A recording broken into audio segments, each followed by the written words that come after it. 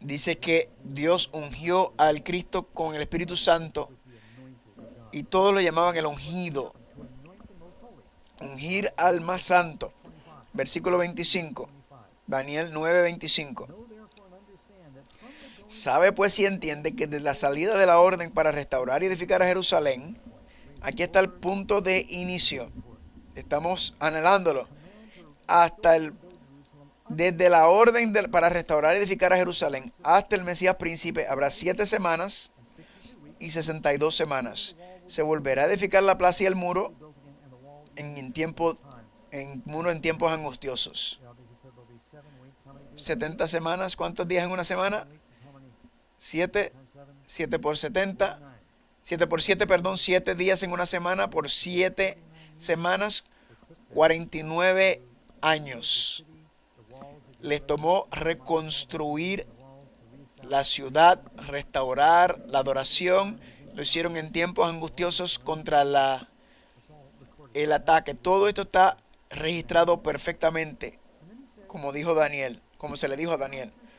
Y versículo 26, mas el fin, después de las 62 semanas, se quitará la vida del Mesías, mas no por sí, y el pueblo de un príncipe que ha de venir destruirá la ciudad y el santuario. Así que si hacemos el cálculo, dice que el Mesías será cortado. Dice que fue cortado la tierra de los vivientes por nosotros. Si cometías un pecado capital, dice que eras cortado del pueblo. Significa que era muerto.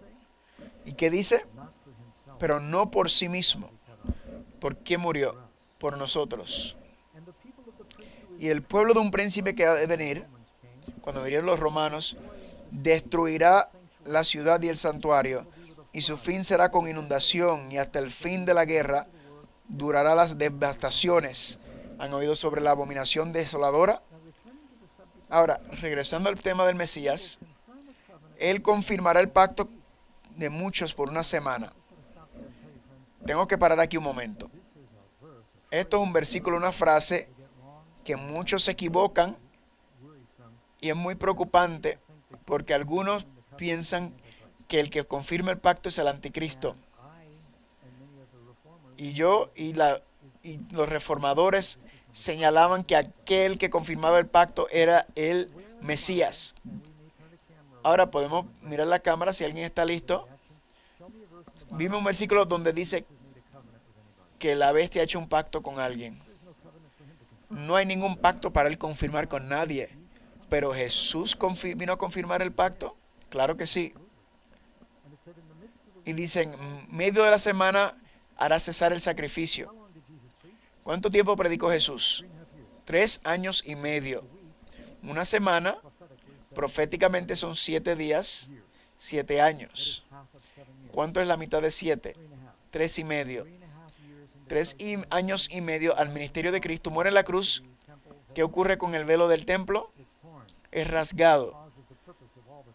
Termina el propósito de todo el servicio terrenal. De hecho, ese año cuando se rasgó el velo hubo tanta consternación que ni siquiera celebraron la Pascua. Y cuando se rasgó se vio que el arca del pacto no estaba ahí ya. Tenía la esperanza de recibirlo otra vez, pero nunca se recuperaron. El sacrificio cesó. Espérate un momento, todavía queda una semana. Vayan al libro de Hebreos.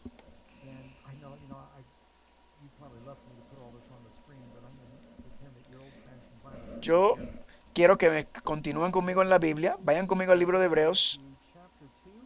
Hebreos 2. Hebreos 2:2. Porque si la palabra dicha por medio de los ángeles fue firme y toda transgresión y desobediencia recibió justa retribución, ¿cómo escaparemos nosotros si descuidamos una salvación tan grande, la cual habiendo anunciada primeramente por el Señor, nos fue confirmada por los que oyeron por los próximos 3 años y medio? Están dando cuenta que aún después de la muerte de Jesús, Él le dijo a los apóstoles, no vayan a los gentiles aún. No vayan a los gentiles todavía. Primero quiero que confirmen el pacto. aunque me mataron, le quiero dar oportunidad al pueblo hebreo. Eso es lo que Pedro le dijo en Pentecostés. Le dijo, fuimos enviados al pueblo de Israel primero. Dios tenía muchos fieles ahí, judíos de toda nación que vinieron durante el Pentecostés llenos del Espíritu Santo y llevaron el mensaje de Cristo a todo el imperio romano. Hablamos de los líderes religiosos crucificando a Jesús, pero también muchos fieles, muchos sacerdotes, Nicodemo, José de Arimatea y los apóstoles y la iglesia. Eran todos judíos. Jesús dijo, empieza en Jerusalén y Judea y luego Samaria y el resto del mundo. No fueron a los gentiles hasta después del apedreamiento de Esteban, 3 años y medio después de la muerte de Cristo exactamente. Esteban se para frente al mismo tribunal, predica el evangelio y se taparon los oídos literalmente, dejaron de escuchar y dice que lo mataron y lo apedrearon. Estaban tan enfadados y molestos por lo que decía. Y ahí estaba, tiraron la ropa del frente a uno, como hicieron con Cristo, a los pies de uno llamado Saulo. Y cuando Esteban estaba siendo apedreado a muerte, él oró por el perdón de pecados de los que lo mataron, al igual que Jesús, y rechazaron ahí el mensaje. Y ese fue el fin del tiempo para la nación judía. Pablo se convierte en el próximo capítulo y él toma el evangelio y lo lleva a los evangelios, a los gentiles. Ahí está todo, por una razón. Desde la salida de la orden a restaurar Jerusalén, de hecho eso está en Esdras capítulo 7, hasta el ungimiento del más santo, 7 semanas, 3 semanas y media. ¿Cuánto tiempo entonces estamos hablando? 69 semanas, 7 más 62 semanas. Ahí es cuando se iba a bautizar Jesús. Ahora, hice todo esto para compartirlo con ustedes. Ahora tengo una tabla para compartir con ustedes, para mostrárselos. En Daniel 9, pregunta 6, a Daniel se le da otra profecía de tiempo. ¿Y cómo está relacionado esto con la profecía de los 2300 días? Noten lo que dice el versículo. Oh Daniel, ahora he salido para darte sabiduría y entendimiento. Al principio de tu ruego fue dada la orden y yo he venido para enseñártela porque tú eres muy amado. Entiende pues la visión y entiende la orden y la visión. Esto se llama la profecía de 490 años, cuando lo estudié por primera vez en la montaña, viviendo solo. Y Dios me dio esto, tenía la Biblia, buenos libros, y cuando lo leí y lo entendí, les digo, yo estaba solo y estaba brincando, glorificando a Dios, asustando a todas las serpientes y lagartijos, porque dije, Jesús vino justo a tiempo la primera vez, y dijo que viene otra vez y vendrá. Quizás más tiempo de lo que Daniel quería, pero vino. Y él promete que vendrá otra vez. Pregunta número 7. ¿Cuál es la fecha de inicio de las 70 semanas y la profecía de los 2300 días? Solo hay una fecha de inicio para ambas profecías. Nos las da Daniel 9:25. Sabe pues si entiende que desde la salida de la orden para restaurar y edificar a Jerusalén hasta el Mesías príncipe habrá 7 semanas y 62 semanas.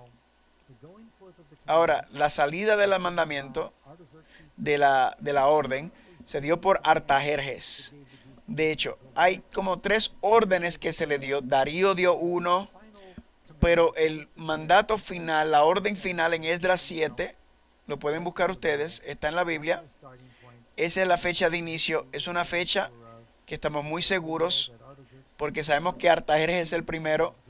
Él siguió a Xerxes, que fue asesinado, y por el calendario de Persia, el año que él dio el decreto, sabemos los años que Esdras estaba con los cautivos, y puedes hacer la matemática, es el año 457. Así que esto puedes sacar tu calculadora y hacerlo.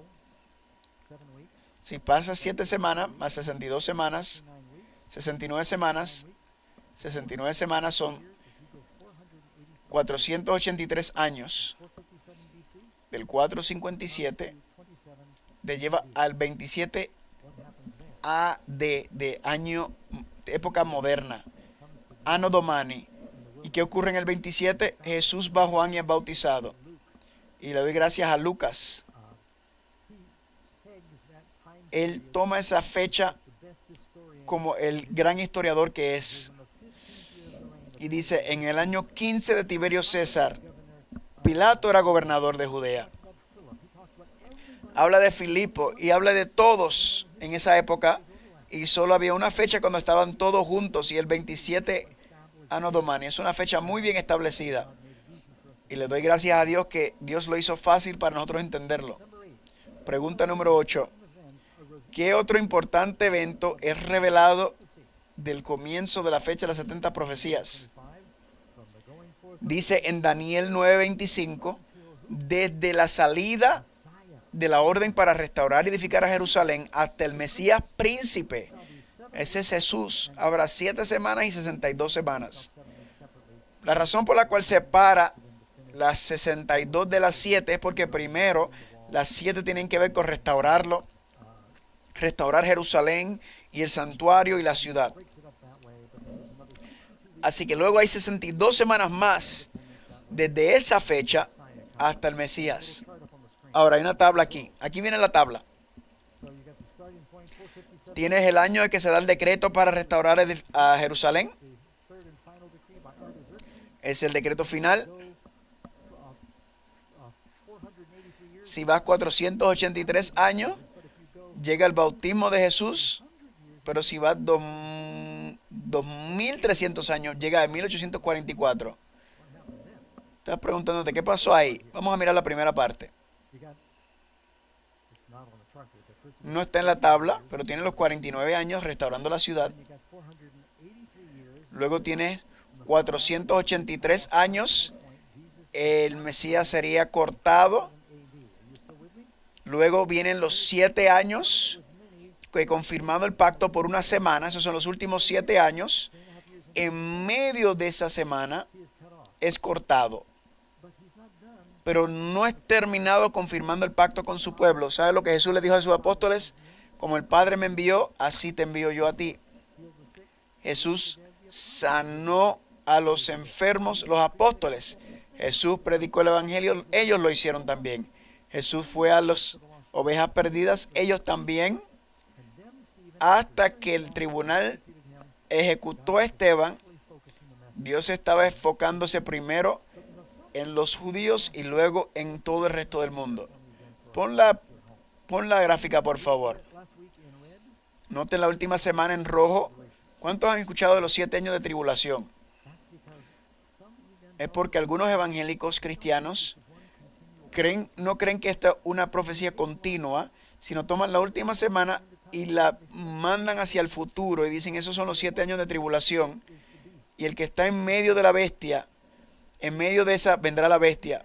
¿Hay alguna razón para quitar esa profecía de la profecía completa? No, es una profecía continua. Daniel 9, 25 al 26 al 27. Después de las 62 semanas se quitará, ¿qué cosa? La vida del Mesías, mas no por sí. Y por otra semana confirmará el pacto con muchos. Y a la mitad de la semana hará cesar el sacrificio y la ofrenda. Jesús, 3 años y medio después que empezó su ministerio, muere en la cruz fuera de Jerusalén. El velo fue rasgado. Hay un terremoto. Fue el fin del sistema de sacrificio. Pablo dice, Cristo es nuestra Pascua. Ya no hay que matar corderos ni hacer ni circuncidarnos, sino guardar los mandamientos es lo que importa.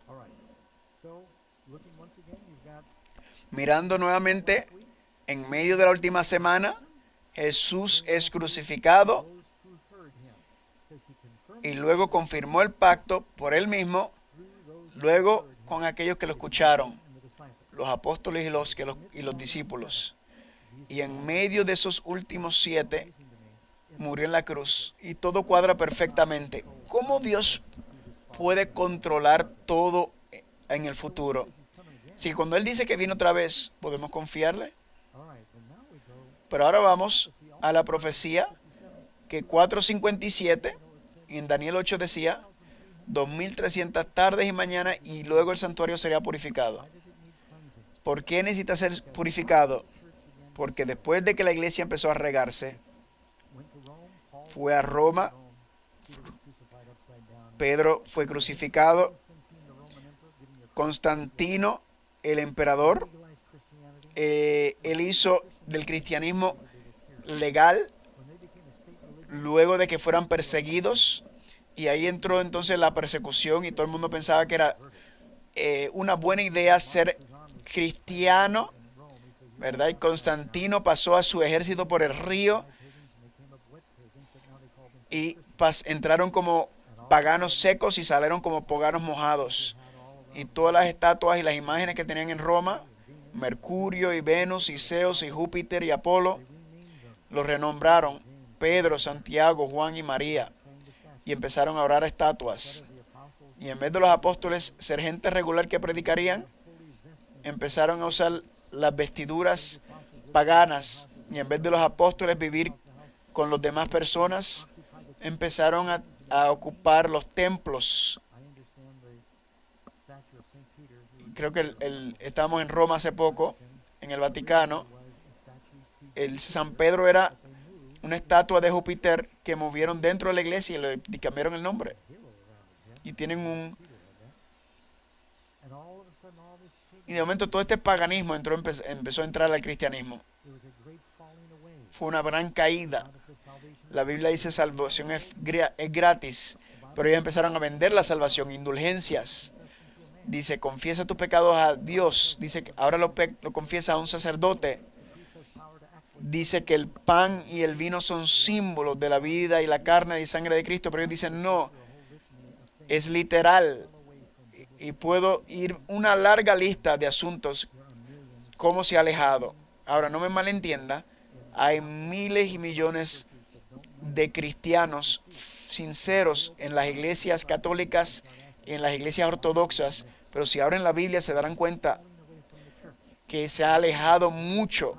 Poder romano se ha alejado a las personas de la Biblia al mezclar el cristianismo con el paganismo, y el evangelio fue confundido y se perdió. Pero la Biblia dice después de 2300 años el santuario. ¿Dónde está el santuario en la tierra? El pueblo de Dios. Iba a venir un movimiento en el 1844 que se convirtió en la limpieza del santuario. ¿Saben lo que pasó en el 1844? Karl Marx reescribe el Manifiesto Comunista, que llevó el nacimiento del ateísmo. Darwin desarrolló la teoría de la evolución. El primer mensaje electrónico fue enviado, ¿verdad? El nacimiento de la industria, la revolución industrial, todos los eventos que ocurrieron alrededor de 1844. Y fue épico. De ahí pasamos del tiempo de la iglesia hasta la Odisea, a la época final de la iglesia. Pero ¿saben lo que pasó de verdad? Los cristianos de todas diferentes denominaciones pensaban que Cristo venía en 1844. Estaban estudiando las profecías de Daniel 8. A 2300 tardes y mañana y el santuario sería purificado. Y dijeron el santuario, eso debe ser la tierra purificada por fuego. No pensaron en la tierra. Y cuando no vino, dijeron, tenemos que estudiar más la Biblia. La iglesia cristiana está tan dividida.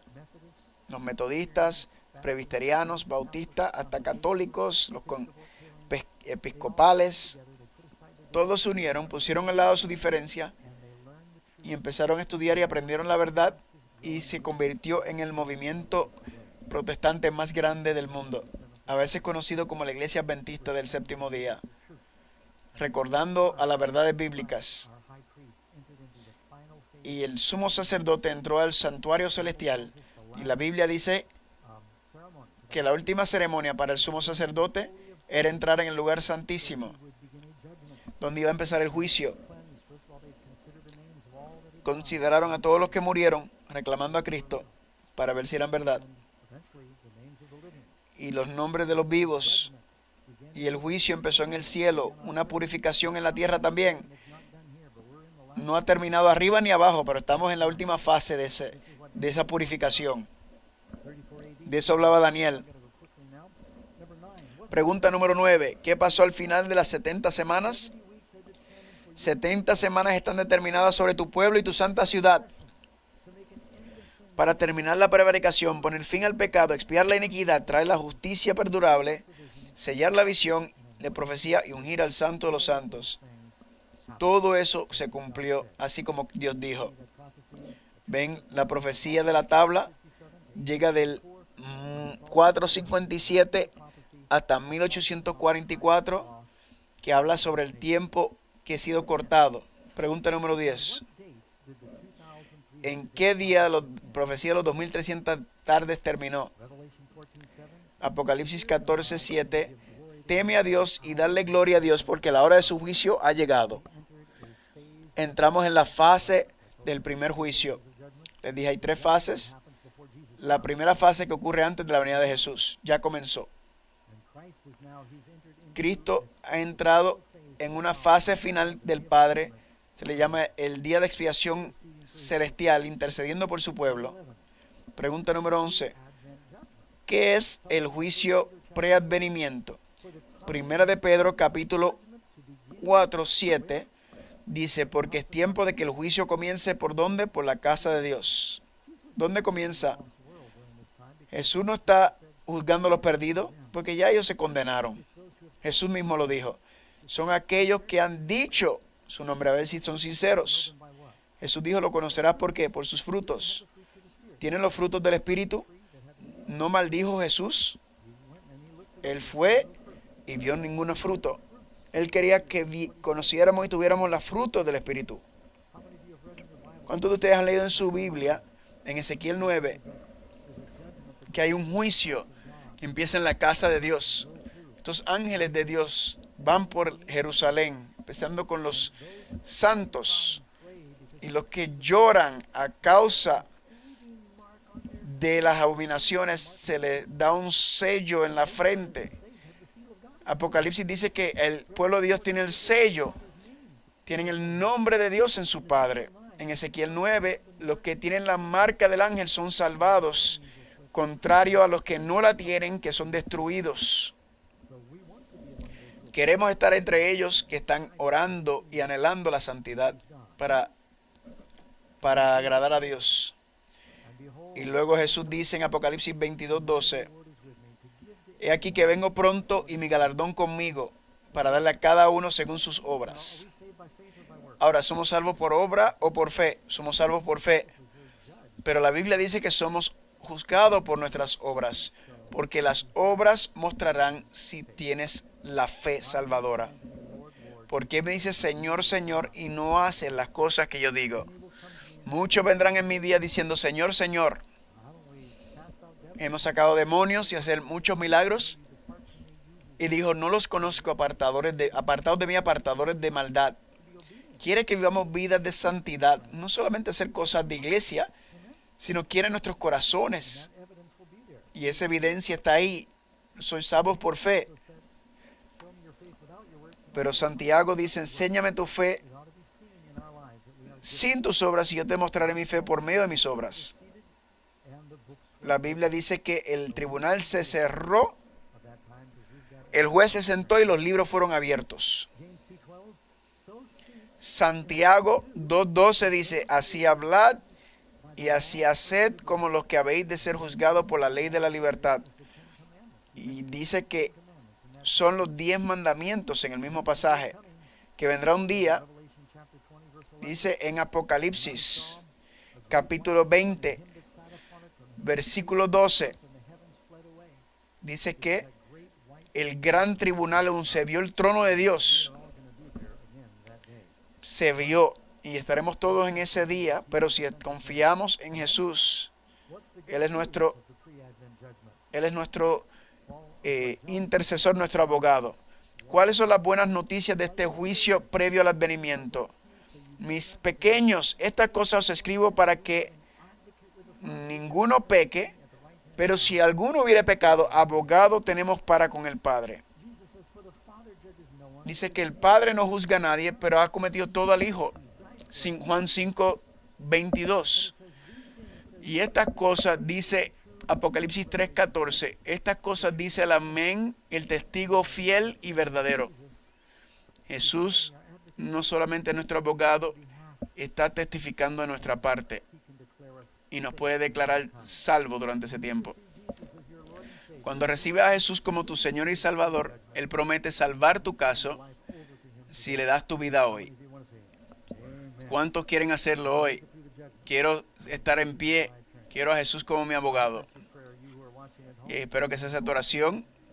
Los que están aquí, los que están en la televisión, los que están viendo, orando por los que están aquí y los que están afuera. Padre Santo, gracias tanto por tus bendiciones y las buenas nuevas, que tenemos un abogado defensor, que Él es quien nos representa, que no seamos solamente oidores de la palabra, sino hacedores. Tráenos de regreso y te lo pedimos en el nombre de Jesús. Amén.